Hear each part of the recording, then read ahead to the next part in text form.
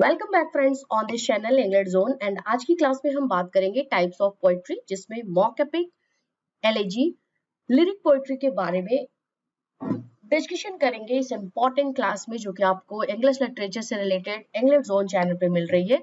तो बिना डिले किए हुए जल्दी से सेशन को हम स्टार्ट करते हैं। आप सभी जल्दी से शेयर कर दीजिए इस क्लास की लिंक को और साथ ही साथ जुड़ जाइए आज की इस इंपॉर्टेंट क्लास में और वॉच आउट करिए ये वीडियो, एंजॉय करिए क्योंकि mock epic, elegy and lyric poetry से related important facts, important examples आपको आज की इस क्लास में देखने को मिलेगा, समझने को मिलेगा। तो एंड तक जरूर वॉच आउट करिए इस वीडियो को। और चलिए स्टार्ट करते हैं हमारा आज का topic, types of poetry, mock epic, elegy and lyric poetry से related. Hello everyone, warm welcome you all. In today's video of English literature on English Zone, we are going to discuss an important form of poetry.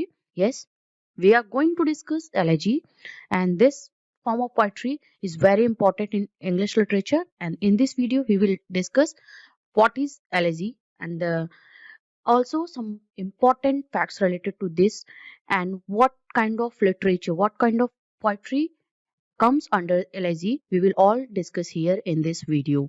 First of all, we will discuss what is elegy. Yes, friends, elegy is a short sad poem usually written to praise and express sorrow for someone who is dead. This is exactly what elegy mean in English literature.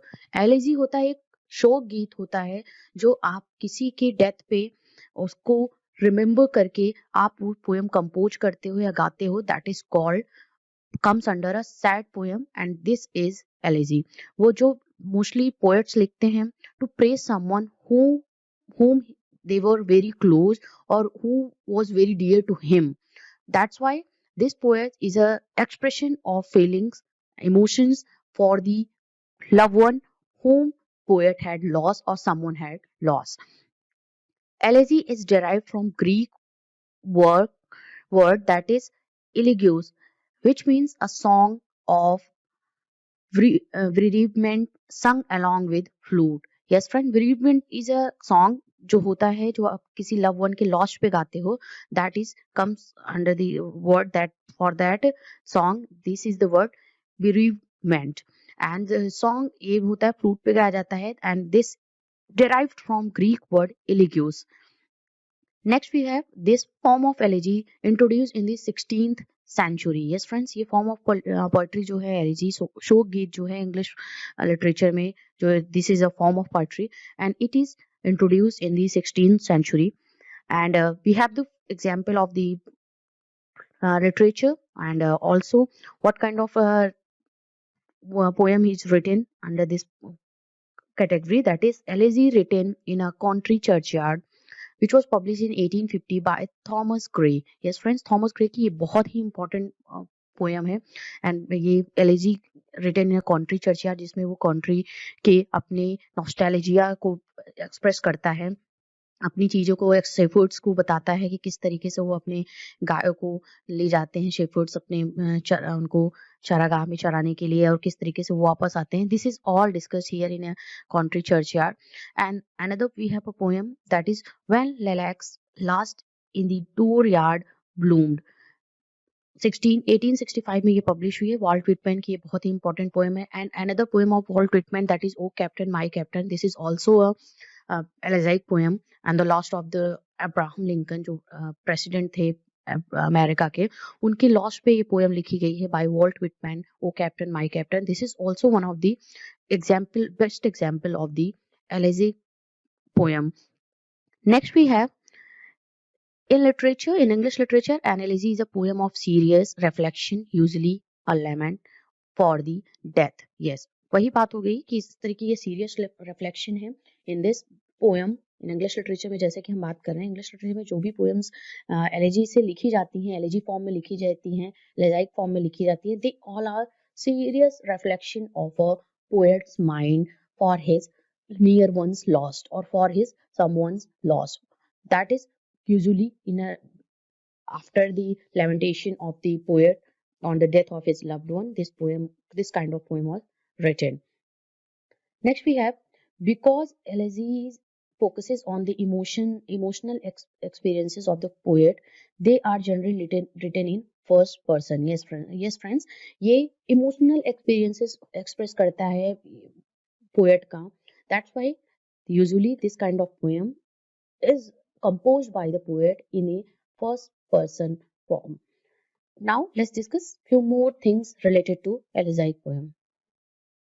And now let's discuss the elements of our tradition elegy, where there are three stages of loss in moving from grief to consolation. Yes friends, अगर आप किसी भी शोक गीत के पास में बात करते हो, elegy poem के बारे में बात करते हो, then there are stages in that stanzas, in that poetic form elegy, in which poet expresses something of his mind and of his emotions, and they are started from the grief to consolation. Yes, उसमें praise भी होता है, grief होता है, starting में फिर praise होता है कि जिसको उसने लॉस्ट किया हुआ है, जिसको उसने खो दिया है, उसको किस तरीके से उसको प्रेज करता है, उसको बहुत ही ज्यादा अपने किस तरीके क्या पोजीशन है, क्या उसकी इंपॉर्टेंस है उसकी लाइफ में, पोएट की लाइफ में, पोएट वो भी बताता है रीडर्स को.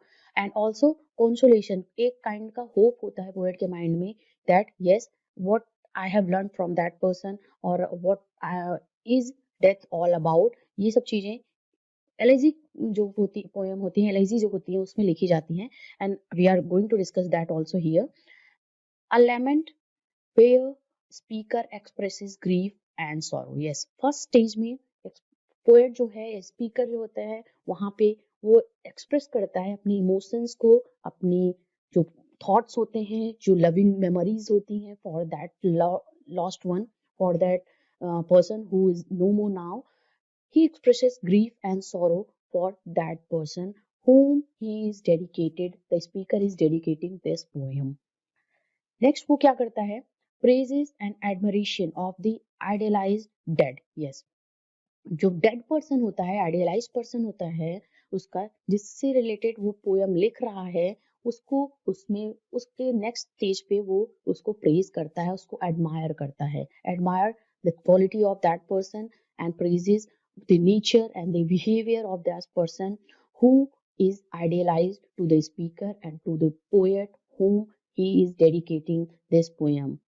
जो किस तरीके के पोएम को डेडिकेट करता है, उसको वो प्रेज एंड एडमायर भी करता है. एंड लास्ट फाइनली वो क्या करता है, consolation. Yes, and solace the dead one is not dead but lives on in another world. Yes, वो अपने आप को एक कंसोलेशन देता है, अपने आप को सोलेस करता है by speaking this that the dead one whom he had lost, that person is not dead at all. He is living in another world and he is seeing me.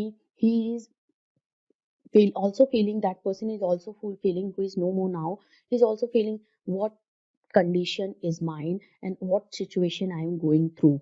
That person is seeing all that from the another world. So there are three stages in a elegy, that is grief and sorrow. Second, admire and praises the person, that idealized person, and on in last stage he has a kind of consolation, hope and solace, that dead person whom he is dedicating this poem, for whom he is sad, for whom he is mourning, he is lamenting, that person is seeing all these things from another world. He is not dead at all.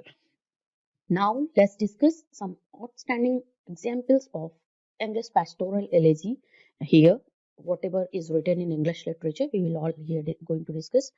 And the first we have John Milton's Lycidas, yes friends, which was published in 1638. ये बहुत ही important poem है Lycidas John Milton की, written on the death of his friend Edward King, a college friend. Yes, Edward King was his college friend, and this poem was Lycidas was written on the death of Edward King in 1638.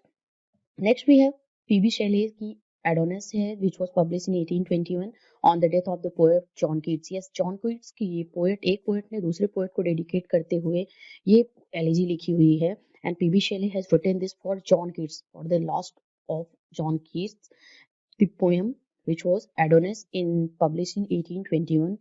And next we have Matthew Arnold's Thyrsis, which was published in 1867 on the death of a poet Arthur Hugh Clough. Yes friends, ये भी A.H. Claw के ऊपर लिखी गई poem है थायरेसिस, Matthew Arnold ने लिखी है, ग्रेट विक्टोरियन पोएट ने.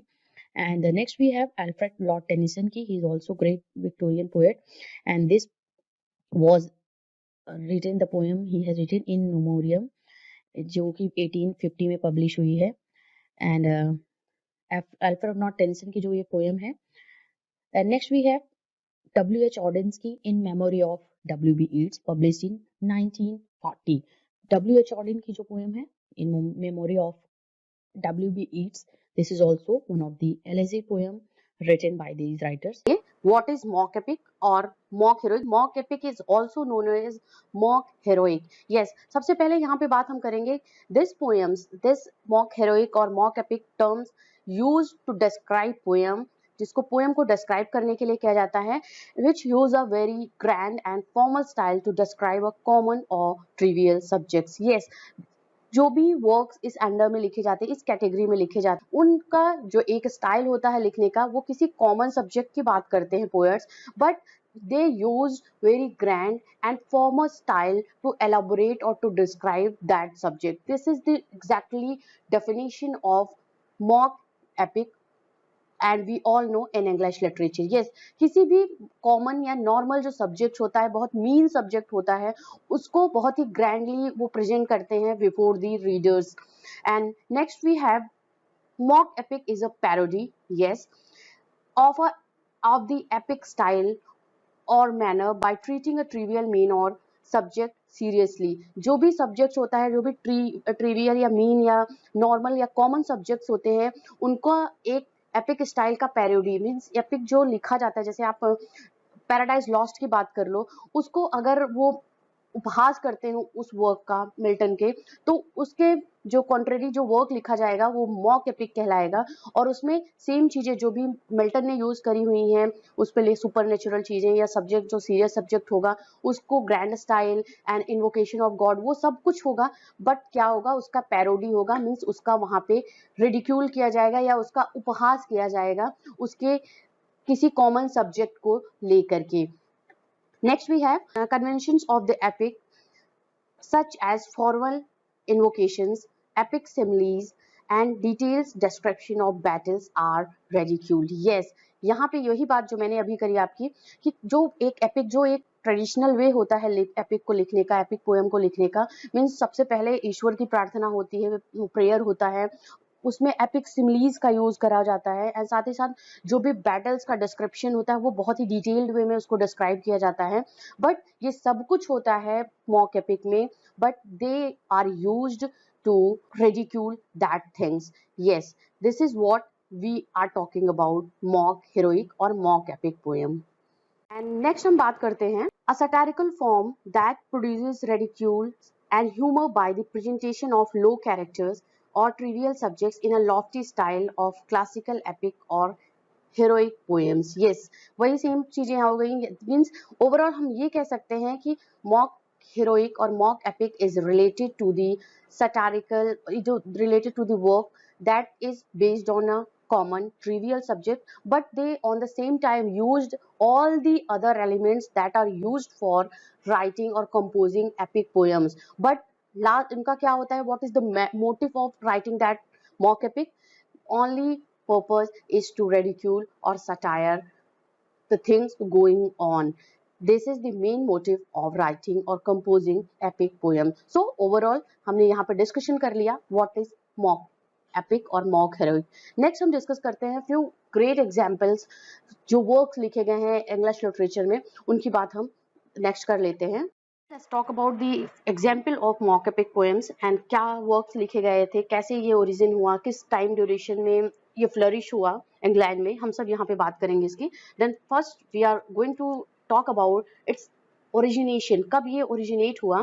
The genre originated with the battle of frogs and the mice. ये बहुत ही इंपॉर्टेंट वर्क है of the ancient time, जो कि classical age का work है, and it was an imitational work. It was a kind of a burlesque जो कि ridicule किया जाता है. burlesque means होता है to ridicule the serious works of great authors. किसी serious subject matter को ridicule करना और उसका एक तरीके से मजाक उड़ाना, उपहास उड़ाना, उसको burlesque बोलते हैं. It is also known as parody. And burlesque of an imitation of Homer's Iliad. Yes, it was an imitation and kind of ridiculous thing of the Homer's Iliad का मजाक उड़ाया गया, उनके वर्क का, उनके ग्रेट एपिक पोएम का मजाक उड़ाया गया इस वर्क में, the battle of the frogs and the mice. It was known who had composed this work, who had written this mock epic work, but it was thought to be that it was originated during the time of the classical era. And next we have कि ये England में कब आया.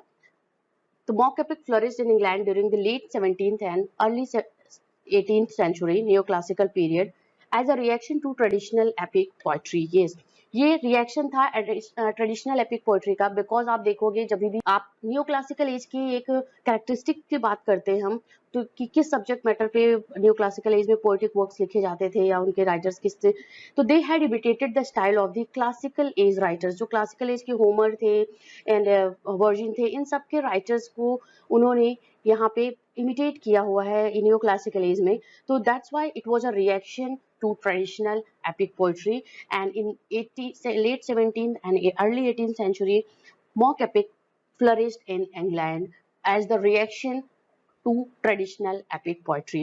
And let's talk about what work is written in this era, in this time, 18th century, and we have the fine example of the work, Alexander Pope's mock epic poem The Rape of the Lock, जो कि 1712 में इसका version आया था, which concerned the cutting on theft of a lock of a lady hair, begins with an invocation. Yes, ये अब बात हो रही है mock epic की, तो आप इस एग्जाम्पल से बहुत अच्छे से समझ सकते हो कि क्या mock epic एग्जैक्टली है.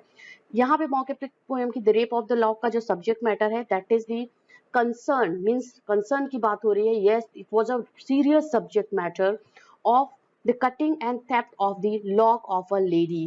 ब्लेंडा जो इनका नेम था, जो लेडी कैरेक्टर है इसमें, उनके हेयर की कटिंग, जो उनका लॉक था, हेयर था, उसकी कटिंग और उसकी चोरी का मामला यहाँ पे पूरा है इस रेप ऑफ द लॉक में. और बताया जा रहा है कि इस मेन सब्जेक्ट मैटर या ट्रिवियल या कॉमन या बहुत लो सब्जेक्ट मैटर पे ये मॉक एपिक पोएम लिखा गया है, जो कि स्टार्ट होता है विद एन इन्वोकेशन, उसी स्टाइल में जिस तरीके से एपिक पोएम स्टार्ट होती है. आप पैराडाइज लॉस्ट की बात कर लो तो पैराडाइज लॉस्ट भी का स्टार्टिंग जो उसके लाइंस है, that is also started with an invocation of God. भगवान की उपासना, भगवान की पूजा की मैं इस वर्क को लिखने जा रहा हूँ, आप मेरी इसमें मदद करिए. इन सब से भी एक एपिक पोएम स्टार्ट होती है. और इसी तरीके से मॉक एपिक में भी आप रेप ऑफ द लॉक पढ़ोगे तो आपने invocation of to the muse यहाँ पे होता है. And later describes a card game. Card game की बात हो रही है यहाँ पे इस पोएम में, इस मॉक एपिक में. कार्ड का game that is known as resembles to the battle like the epic poem. Epic poem में किसी बैटल का डिस्क्रिप्शन होता है जो कि सीरियस सब्जेक्ट मैटर पे होते हैं, बट यहाँ पे जो एक बैटल है जिसको रिडिक्यूल किया गया है by playing card game, and it were major military battle. Yes, यहाँ पे इनके जो अदर सीन्स होते हैं वो सबका डिस्क्रिप्शन इस वर्क में, इस mock epic poem the rape of the lock में बहुत ही ब्रिलियंटली अलेक्जेंडर पोप ने इसको डिस्क्राइब किया हुआ है. एंड ये भी जो भी बातें हुई हैं यहाँ पे मॉक एपिक से रिलेटेड, डॉन जुआन लॉर्ड बेरॉन की ये भी एक रिगार्ड किया जाता है, इसको भी मॉक एपिक पोएम में कंसीडर करते हैं, क्योंकि जो इसका हीरो था he is also from the low birth. And little bit इसकी बातें होती हैं कि yes this comes under the category of mock epic poem. What is lyric? Lyric poetry से क्या मतलब होता है, एंड इंग्लिश लिटरेचर में हम किस पोएट्री को लिरिक पोएट्री में काउंट करते हैं, we are all going to discuss here. The word lyric is derived from the word lyre. ये मीनिंग होता है, लिरिक जो वर्ड है, जो इंग्लिश का वर्ड लिरिक है, लायर वर्ड से ओरिजिनेट हुआ है.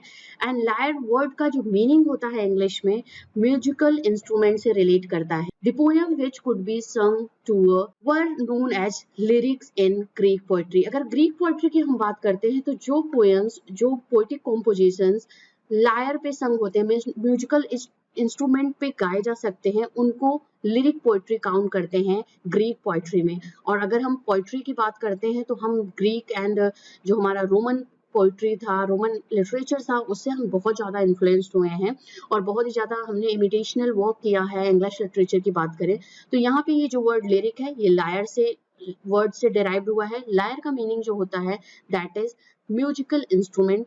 अगर कोई भी सॉन्ग जो म्यूजिकल इंस्ट्रूमेंट लायर पे गाया जाता है, ग्रीक पोएट्री में उसको लिरिक पोएट्री बोलते हैं।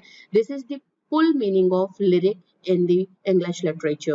Lyric is a collection of verses. Verses means poetic जो lines होती हैं उसका collection होता है, making up a complete song or short non narrative poems. ये नॉन नैरेटिव पोएम्स होती है। एक इंपॉर्टेंट चीज नरेशन होता है जिस पोएट्री में, they are called narrative poetry. Means उसमें एक दो स्टोरीज एक दूसरे से कनेक्टेड नहीं होती हैं। A lyric uses a single speaker. इसमें सिंगल स्पीकर अपने जो मन की फीलिंग्स होता है, अपने जो इमोशंस होता है उसको एक्सप्रेस करता है। एंड ऑब्वियसली यहाँ पे बात हो रही है personal emotions and thoughts expressed by single speaker. Lyrical poems popular for their musical qualities. जिस भी पोएट्री में या पोएटिक लाइंस में म्यूजिकल क्वालिटीज एंड रिदम्स होते हैं, they are thought to be lyrical poems। and इस तरीके के poems जो होते हैं, they are very pleasing to ear and they are easily put to music। The lyric poetry is a kind of song that is short and in which a single speaker expresses his thoughts and feelings through poems or through lines। and lyric poetry must have their musical qualities and rhythms, and it is very pleasing to ear. Apart from this, its association with music. The lyric in the 19th century can be thought as a brief expression of intense feeling। 19th century के literature की अगर बात करें तो यहाँ पे जो या मॉडर्न एरा से रिलेटेड जो हम बात करते हैं लिरिक पोएट्री से, इंग्लिश लिटरेचर की अगर पोएट्री की बात करते हैं तो they are thought to be brief expression of intense feelings. जो मॉडर्न टाइम में जो भी लिटरेचर लिखे गए हैं वो राइटर या पोएट के इंटेंस फीलिंग को एक्सप्रेस करते हुए जो ब्रीफ एक्सप्रेशंस होते हैं, they are called lyric poetry. So overall आपको समझ में आ गया होगा लिरिक पोएट्री क्या है। अब चलिए हम बात कर लेते हैं the characteristics of lyric poetry. And the very first we have here, it is a brief and personal. एक इंपॉर्टेंट चीज, जो भी लिरिक पोएट्रीज होंगी वो बहुत ही ज्यादा सब्जेक्टिव पोएट्रीज होती हैं। यस, ये इंपॉर्टेंट चीज है। They all are subjective and personal and brief in expression। Next one we have embodies intense feelings। ये दूसरा हमारा कैरेक्टरिस्टिक्स है। जो भी अपनी पर्सनल फीलिंग या पर्सनल थॉट्स को एक्सप्रेस करता है वो अपनी इंटेंस इनर फीलिंग्स को एक्सप्रेस करता है through the poems, that is called lyric poetry. Next important features we have, it is spontaneous in its origin and composition। it is a cry of poet's heart and soul। ये बहुत ही important feature है lyric poetry से related. It is spontaneous in its origin. William Wordsworth the great romantic poet, और जो lyric poetry के लिए बहुत ही ज्यादा फेमस है इंग्लिश लिटरेचर में, तो उनकी डेफिनेशन जो हम डिस्कस कर लें यहाँ पे, इससे आप बेटर समझ पाओगे कि लिरिक पोएट्री का क्या है। Poetry is the spontaneous overflow of powerful feelings. ये spontaneous means it comes itself, अपने आप में आ जाने वाली एक्सप्रेशन है जो पोएट्री या लिरिक पोएम्स होती हैं। तो इसी तरीके से ये स्पॉन्टेनियस इसकी ओरिजिन होती है एंड कॉम्पोजिशन होता है, and it is the cry of poet's heart and soul. जिस तरीके से विलियम वर्ड्सवर्थ या रोमांटिक एरा में जितने भी पोएट्स हैं उनकी हम बात कर लेते हैं, या आप एलिजाबेथ एरा में आप विलियम शेक्सपियर के सोनेट्स को पढ़ते हो तो आप उसमें पोएट की, विलियम शेक्सपियर की जो इनर थॉट्स, इनर फीलिंग्स होती हैं, उनके हार्ट में क्या चल रहा है and what he is feeling about love, about emotions, about feelings, he expresses all that through the lines and they are called lyric poetry। Next important feature we have about lyric poetry, it is a form may be conventional like the sonnet and the ode, but it is often brings its own form with it। जो lyric poetry होती है अपने forms, अपने जो इनके pattern होते हैं, matric pattern and जो भी इनके सिलेबल के पैटर्न्स होते हैं, it comes itself even it is a conventional form like sonnet and ode, but it has a form that is lyrical, that is spontaneous, that is intense emotions and feelings are expressed in this kind of poetry, and it is lyric poetry। Next one we have, it may be a short or long according to the nature of the impulse and inspiration and the theme. जिस तरीके से मैंने बात की कि ये mostly जो होती हैं लिरिकल पोएट्री जो होती है वो शॉर्ट होती हैं, but sometimes about what the poet is discussing, what the poet is expressing, it depends upon that कि पोएट्स के थॉट क्या है, पोएट्स किस तरीके से एक्सप्रेस कर रहा है। एंड समटाइम्स इस तरीके की पोएट्री जो होती हैं थोड़ी लॉन्ग भी हो सकती हैं according to its nature, and किस तरीके से इंस्पिरेशनल या थीम से रिलेटेड उसकी पोएट्री या अपने थॉट्स को, अपने थीम को वो एक्सप्रेस कर रहा है पोएट इस कॉम्पोजिशन में, इट्स डिपेंड्स अपॉन इस nature. Now let's discuss some important forms of the poetry we have in lyrical poetries and here, जो कि टाइप्स हैं लिरिकल पोएट्रीज के। And the first one we have ode. An ode is a lyrical poem that expresses intense feeling। ये देखिए odd जो poems होती हैं, जो कि हम इंग्लिश लिटरेचर में ओड एक अलग पोइट्री की कैटेगरी आ जाती है, और ये भी एक तरीके की लिरिकल पोएम्स होती हैं जिसमें इंटेंस फीलिंग्स होती है, love, respect and praise for someone and something, किसी चीज से ये रिलेट करता हुआ इसका थीम या सब्जेक्ट मैटर हो सकता है इस तरीके की पोएट्री का, जो कि ओड में अकाउंट होती हैं, but it is also comes under the lyrical poetry and which expresses the intense feeling of one's thought and one's heart. Next important types we have about lyric poetry is elegy। elegy जो होती है, आप elegy से समझ ही जाओगे, mournful poems होती हैं, sad या किसी की डेथ पे लिखी गई poems होती है, and it is also इसका नेचर जो होता है वो melancholic होता है, and expresses sorrow for someone who has been lost or died। Lyrical poetry elegies में जो आती है काउंट होती हैं, we have the Adonis and we have the Lycidas, जो कि मिल्टन ने लिखी है, एंड इस तरीके की जो पोएम्स होती हैं they express poets thoughts for the loss of someone who is very near and dear to the poet who is composing that types of poems जो एलेजी में काउंट होती हैं। Next one we have important types of lyric poetry, that is sonnet। A sonnet uses 14 lines poems, follows iambic pentameter। इसका जो rhyming rhythmic pattern होता है वो iambic pentameter होती हैं। 5 pairs of assented and unassented syllables, means assented syllabus followed by unassented syllabus होते हैं, and 5 pairs होते हैं iambic pentameters में लिखी जाती हैं इस तरीके की पोएट्री। एंड sonnet जो होते हैं, this is also expresses the personal feeling of poets, जो कि अपनी किसी लव से रिलेटेड पोएम्स लिखते हैं, जिस तरीके से आप विलियम वर्ड्सवर्थ के पोएम्स को देखोगे, daffodils and the world is too much with us, these इस तरीके की पोएट्री जो है, जो लिरिक क्वालिटीज पे बेस्ड ऑन है। एंड सोनेट की अगर हम बात करते हैं तो we have the fine example of William Shakespeare, 154 sonnets लिखे हैं, and they all are based on love, marriage, sacrifices, इस तरीके के सब्जेक्ट मैटर पे उन्होंने अपने थीम, अपनी पोएम्स जो कि सोनेट कैटेगरी में काउंट होती हैं लिखी हैं। और सोनेट कैटेगरीज की जो पोएम्स होती हैं, they have only 14 lines poem, they are 14 lines poem, और इस तरीके के पोएम्स को भी हम लिरिक पोएम्स बोलते हैं। And also we have another one, occasional poetries. Occasional poetry से आप समझ सकते हो कि poets write occasional poetry for specific occasions like wedding, anniversaries, birthday, victories and dedications. किसी को डेडिकेट करता हुआ, किसी विक्ट्री को आप सेलिब्रेट करते हुए, एंड ऑल्सो वेडिंग या एनिवर्सरीज को सेलिब्रेट करते हुए जिस तरीके की पोएम्स लिखी जाती हैं, आप उस तरीके की पोएम्स को काउंट करोगे ओकेजनल पोएट्रीज में, and they all are comes in lyrical poetries. We have the fine example of Edmund Spenser's Epithalamion, जो कि मैरिज की थीम पे, सब्जेक्ट मैटर पे बेस्ड ऑन है। एंड ऑल्सो अगर हम बात करते हैं elegy written on a country churchyard, and also बात करते हैं हम अगर ओ कैप्टन माय कैप्टन की, these all are comes elegy poem है, बट ये लिरिकल पोएट्रीज में काउंट होती हैं because they had the subject matter related to the victory and related to the wedding that we had discussed about the poetry of the Edmund Spenser Epithalamion। So friends, यहाँ पे हमने जो important चीजें आज discuss की lyrical poetry से, आपको बहुत क्लियर वे में मैंने समझाने की कोशिश की कि लिरिकल पोएट्री क्या है, इसके फीचर्स क्या हैं, और लिरिकल पोएट्रीज के डेफिनेशन में ही इसके फीचर्स छिपे हुए हैं, जो कि मैंने अभी आप लोगों को अलग अलग कैटेगराइज्ड करके उसको बताया। And also important types of lyric poetries जो हमने डिस्कस की आज के इस सेशन में। आपको सेशन कैसा लगा प्लीज मुझे कमेंट करके जरूर बताइए, और इस चैनल के अदर वीडियोस को जरूर वॉच करिए, क्योंकि आपको इंपॉर्टेंट वीडियोस मिलेंगे यहाँ पे इंग्लिश लिटरेचर से रिलेटेड।